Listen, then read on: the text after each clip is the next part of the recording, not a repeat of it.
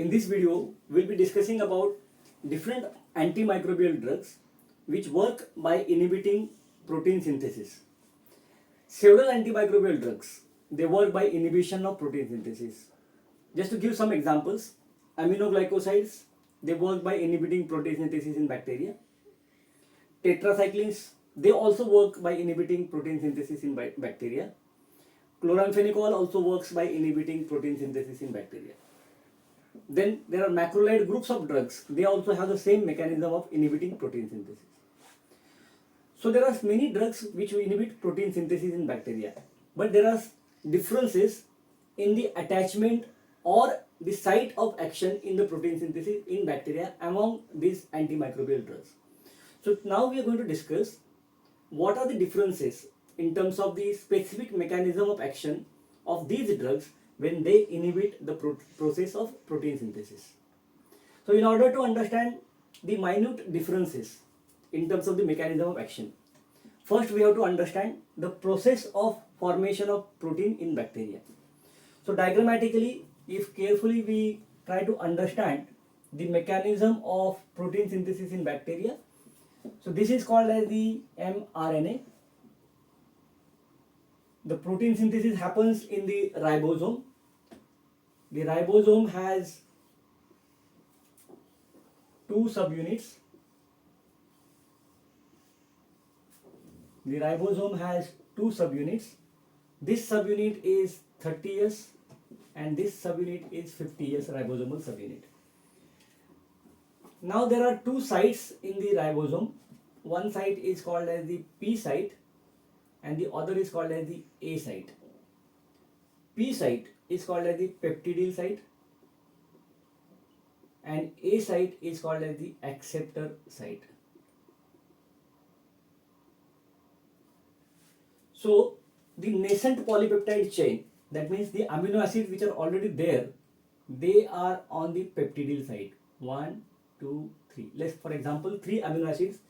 This is a nascent polypeptide chain which is already available on the P site. So the mRNA attaches to the 30S ribosomal subunit and initiate the process of protein synthesis. The initiation complex of this mRNA starts the process of protein synthesis. The nascent polypeptide chain is bound to P site. Now this is P site and this is A site. The nascent polypeptides are sitting here on the P site. The new amino acid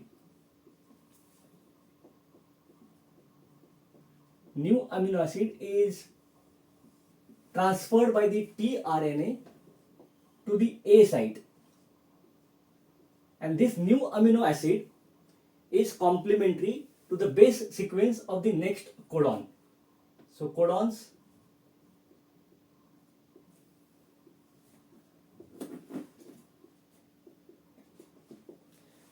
new amino acid is transferred to the A site by the specific tRNA, which is complementary to the base sequence of the next codon. In the next step, this is the P site and this is the A site and this is the C1, C2. So this whole line or the sequence or the chain of the amino acid is transferred from the P site to the A site. Now all these amino acids, they are transferred from the P site to the A site. So this transfer have happened with the help of peptide bond formation. Now this is the P site and this is the A site.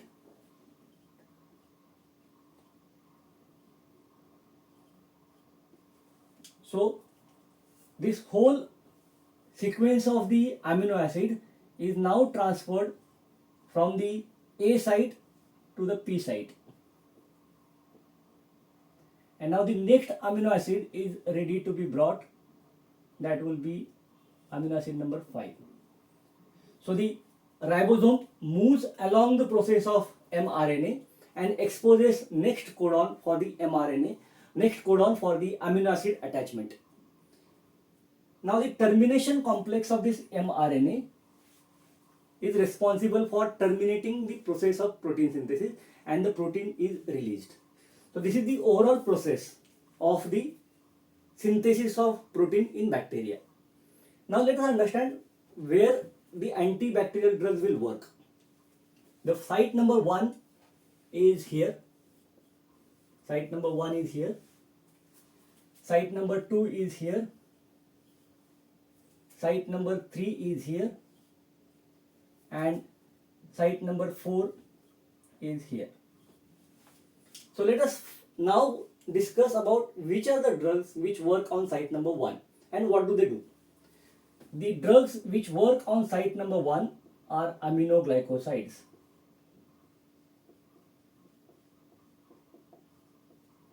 So aminoglycosides, they bind to several sites on the 30s ribosomal subunit and 50s ribosomal subunit, and they inhibit the initiation of protein synthesis. They inhibit the formation of polysomes, and that's how the amino acid inhibit the formation of protein synthesis by inhibiting the initiation. The proteins which are formed will be faulty proteins. That is the mechanism of aminoglycosides. The next drug which works on the same site by inhibiting the initiation of protein synthesis is linezolid. Linezolid binds to 23 subunit of the 50s ribosomal subunit, and it also inhibits the initiation of protein synthesis. So that is about site number 1. Site number 2, where the new amino acid which was supposed to be attached to the A site, this process is blocked by the drugs called as tetracyclines.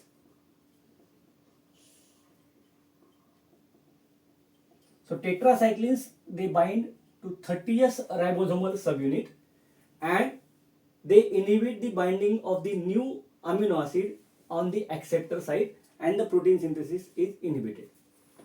Site number 3. The site number 3 is chloramphenicol.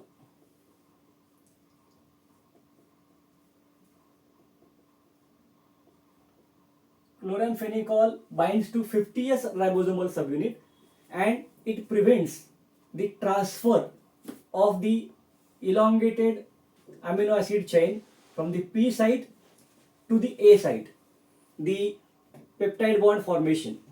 So the transfer of amino acid from the P site to the A site is blocked by chloramphenicol. Class number 4. The process of transfer of this amino acid from the acceptor site to the peptidyl site is blocked by macrolides by binding to 50th ribosomal subunit. This process is called as the translocation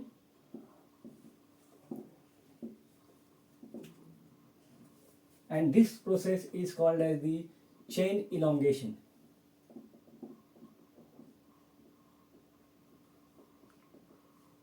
So macrolides, they inhibit translocation by binding to 50th ribosomal subunit. The drugs, so we talked about aminoglycosides, tetracycline, chloramphenicol, macrolides, clindamycin. Clindamycin also binds to 50th ribosomal subunit and it also inhibits the protein synthesis.